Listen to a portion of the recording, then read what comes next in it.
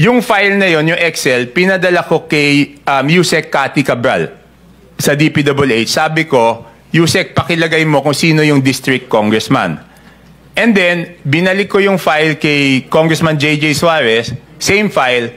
Sabi ko, isulat nyo naman kung sino yung proponent o funder. So, nung nakuha ko po yon, pinagtapat-tapat ko kung sino yung proponent at sino yung congressional district.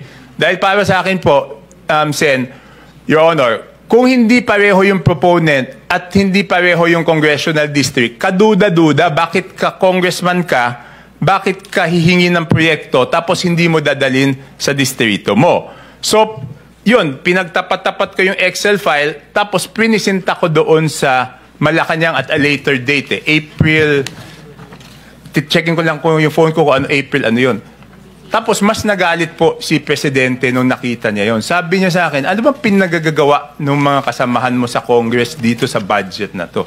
Kasi nakita niya, meron ngang hindi pareho yung proponent tsaka yung distributor. So obviously, yun na yung naririnig ko na binenta yung proyekto.